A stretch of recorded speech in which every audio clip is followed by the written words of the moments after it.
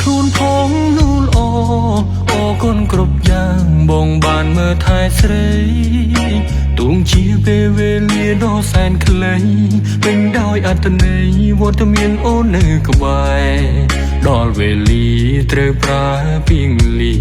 អង្គទូនីតិនៅមើលថែដេញដួងនឹងចិត្តនៅតែស្នេហ៍ដដែលមិនអាចកែប្រែចិត្តស្មោះចំពូថ្លៃអនុស្សាវរីយ៍អូនបងចងជារូបភាពដូចកុនក្នុងមូវី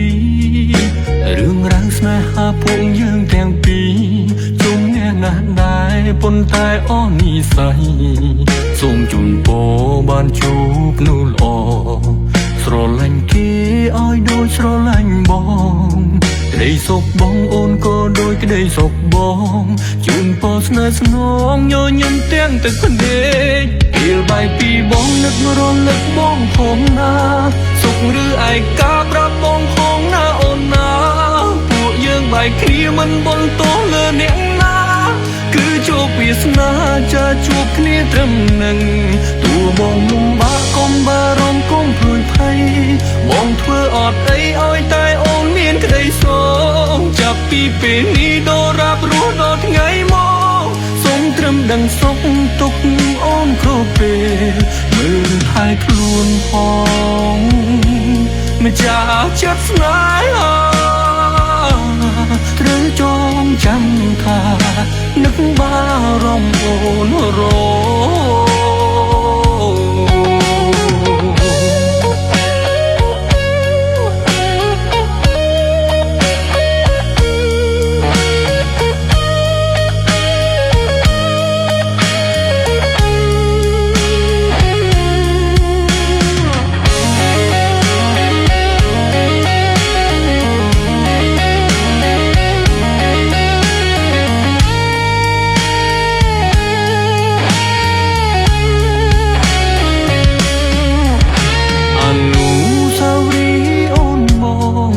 ជារូបភាពដូចកុនក្នុងមូវី